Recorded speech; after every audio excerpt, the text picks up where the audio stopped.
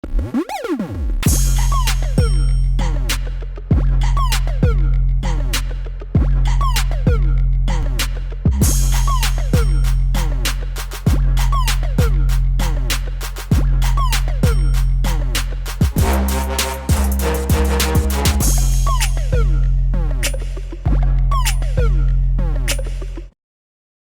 up, everybody? It's your girl, First Lady Briana B.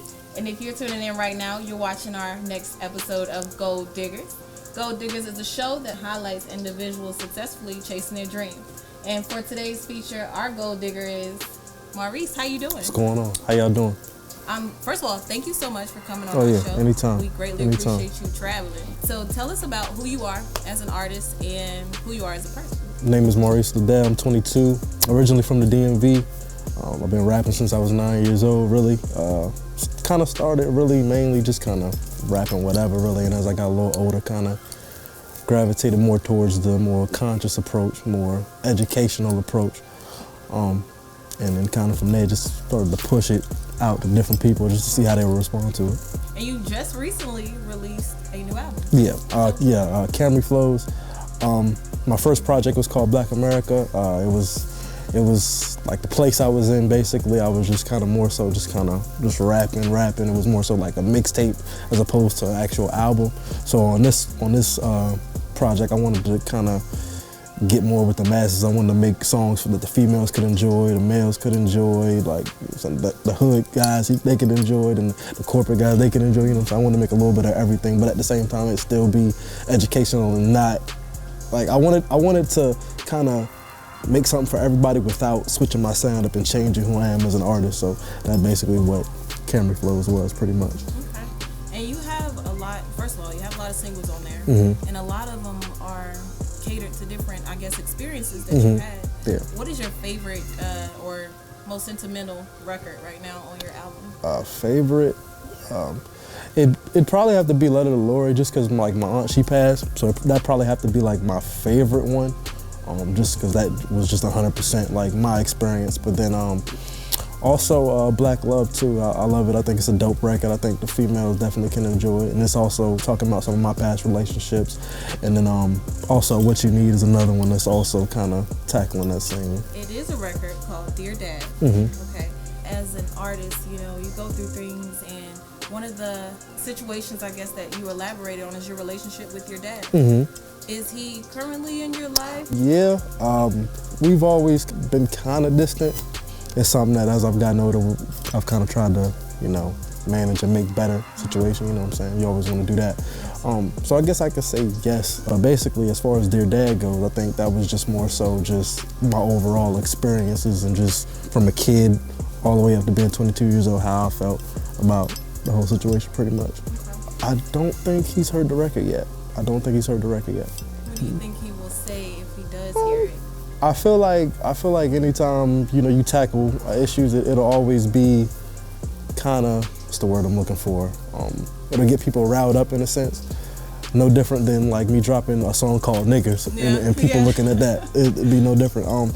But I think overall, I think like the content and just the overall like ability to just kind of write out feelings and just put it on paper and put it into a song, I think he definitely could appreciate that.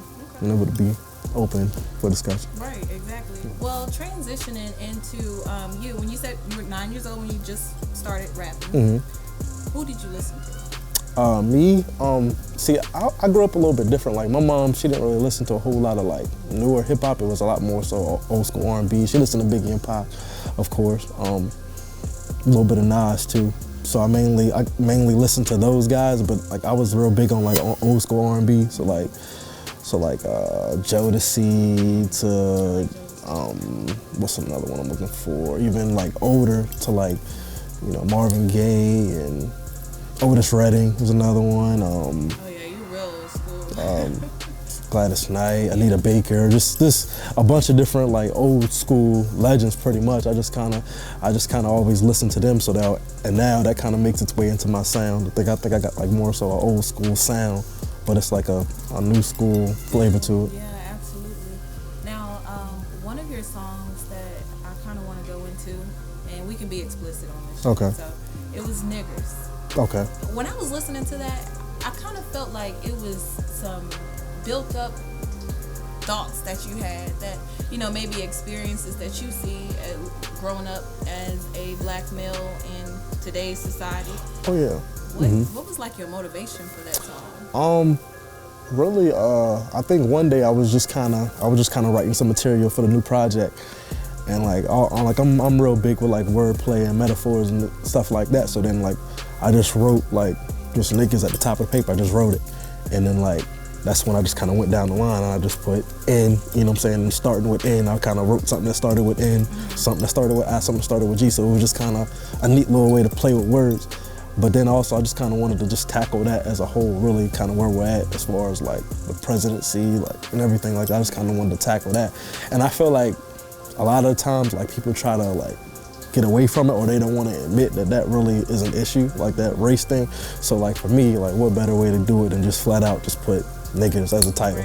Because originally the title was actually gonna be All Will Ever Be. That was originally gonna be the title, but then I was like, no, that's okay, the song's dope, but I think that title right there is just, that's gonna be eye-catching. It's gonna start controversy, and it's gonna allow for discussion. Yeah, I was actually, I know this might be a little weird, but I was listening to your album in the shower, and when I heard the song Niggas Come On, I was like, wow, he's kind of sort of like the next Nas. And then I was doing my research on you, and a lot of people compare you to Nas. Yeah, it's crazy. I mean, how does that feel for you? Like, I mean, Nas is one of the greatest. Yeah, that's crazy. Really, I couldn't really tell you where it started from. Really, I just kind of started to hear it. Like the first time I heard it, like I had a song on Black America called American Horror Story, and it was kind of like a storytelling, very similar thing. And then that's the first time I ever really heard it. But then as I kept kind of having like more interviews and more shows, I kept hearing it more and more, just like those comparisons. So, I mean, that's a dope comparison. That's a legendary. Like that's definitely somebody I look to as far as inspiration. So, as an artist, you always have, I guess, that you have the girls, you'll have the jewelry and all that.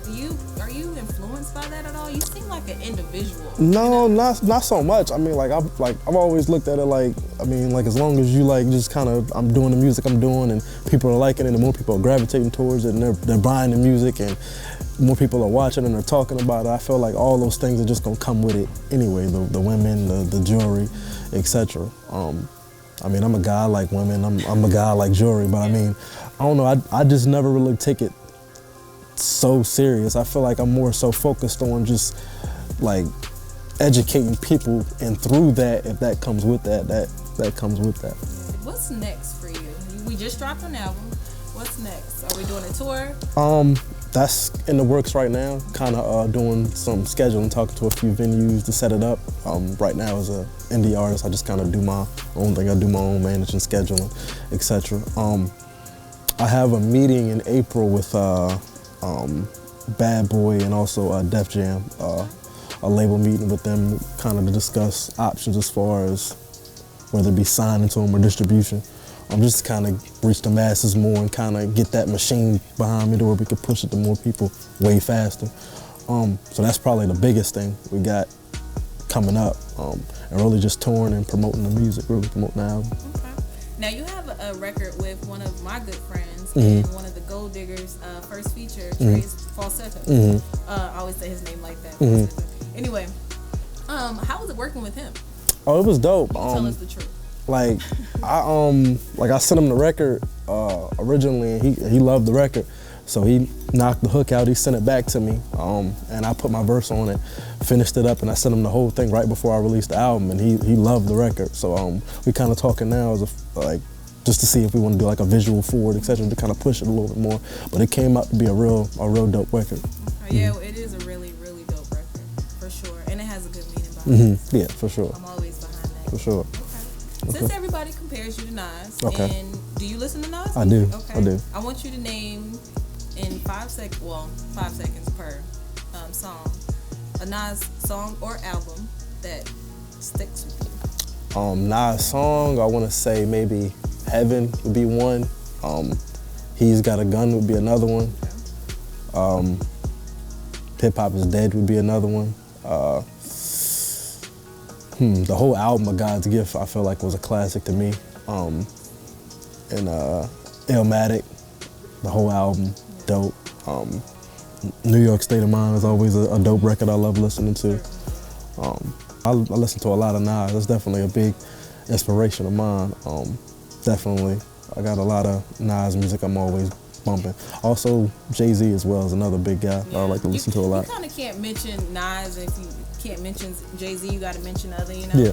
So out of those artists, I'm sure you will want to work with if they approach you, or when they approach you on your journey. What other artists would you like to work with? I like to work with Dave East. I think he got a good sound, a good like authentic NY sound that I like. I'm a huge J. Cole fan, so that definitely would be something I like to work with him on. As far as singers, maybe Jhené Aiko would be a good person to work with. I think that'd be a dope record in the making. And maybe Solange too. Maybe Solange. You have really good musical background. I mean, I guess it's just really just from my mom, just the type of music that she played, really. Like that old school sound that I never really can get away from. Okay. Now, we definitely want to introduce your newest single off your album. Okay. I'm going to let you introduce it, so go ahead and tell the people what it is. All right, so this is my single, Black Love. It's in all stores, iTunes, Google Play, Spotify. Y'all make sure y'all check it out. It's a dope record. The ladies gonna love it. The guys gonna love it too. It's definitely something y'all need to check out. Stay tuned. Why smile shine brighter than the diamond of gold? Hair longer than Rapunzel when the pics just lurk. And Instagram won't do it, gotta see it in person. 4 years for a melody, fighting in infidelity. Now I'm hearing voices, house babies and wedding rings. Parents separated, step parents left the team. It's hard giving you something that I have never seen. Damn, baby, what are we? I don't do the Russian please. I think you're the one for me. Yeah, but I'm too young to see. Stay in age, true love seems ancient, but I just wanna be the only one that you age with.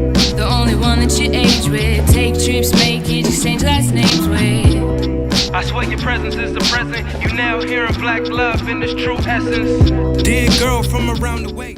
You have good vibes in your music. What's your studio session like? Is it just you? Do you have your entourage with you?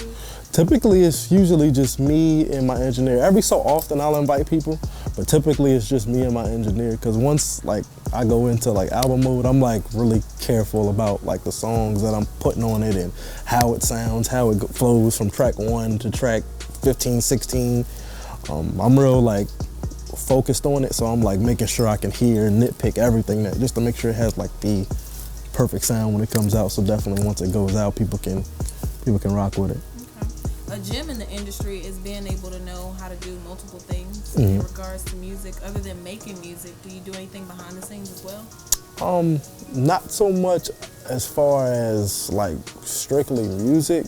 I'd like to gravitate towards opening other businesses once the music takes off, just to have more sources of income, more different venues we can take over, different advertising opportunities, and just reach masses in different ways, really. Do you kind of know what you want to do, or you haven't thought that far? I want to open a construction business. When I was 18, I kind of started in the construction business as working that, and I always kind of got like knowledge from that. So that's something that I want to get into once, you know, like the finances allow me to be able to invest in something. Also, fashion. Okay. Fashion too. Definitely would like to start maybe a clothing line or a good sneaker, quality sneaker or something like that, partnership with maybe a Nike or somebody like that. So I always talk about, well, my motto is one day closer to your dreams. What is one day closer to your dreams for you? I take it one day at a time. I'm kind of looking at the next day will be that, like that. I'm one day away from that big break that's going to kind of put me on forever and just kind of get my name out there permanently. And that's really how I look at it. I only started taking music serious, putting it out maybe like a year and a half ago, and it's gravitated to people a little bit faster than I expected it to, being the type of music that I make. So that's definitely been a good thing for me. But I think really just hope people will listen. Yeah, well, we will definitely be listening. Oh yeah, following sure. All the way on your journey, because you make good music, something that you can get behind. Oh yeah.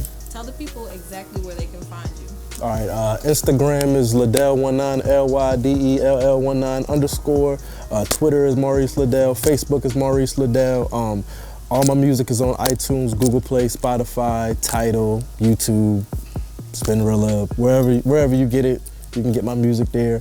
And just stay tuned. I got a lot more coming for y'all, a lot more music coming, a lot more visuals coming, big things coming, so y'all just stay tuned. Now, talking about, you've only been taking music serious for a year. Mm-hmm. You already have a meeting with Bad Boy. Whether you go with them or not, Mm-hmm. what's the first thing you're going to buy when you sign that deal? I've been thinking about that a lot lately. I don't know.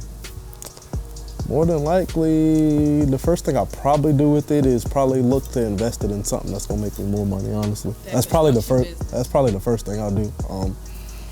Really, in today's day and age with album sales and touring, I know that not many people buy the music like they used to. So I know as far as that, like the money that I do get, I'd like to invest it in other things to bring more income. That way we can promote the music even more and just allow everybody else that's in my circle to kind of flourish and be successful as well. Well, we will definitely be following you on your journey. And again, thank you so much for coming to the good North Carolina. For sure. When Carolina link up, this is what happens. So until we meet again, make sure you are one day closer to your dreams. Be blessed, be loved, and always stay tuned to Gold Diggers.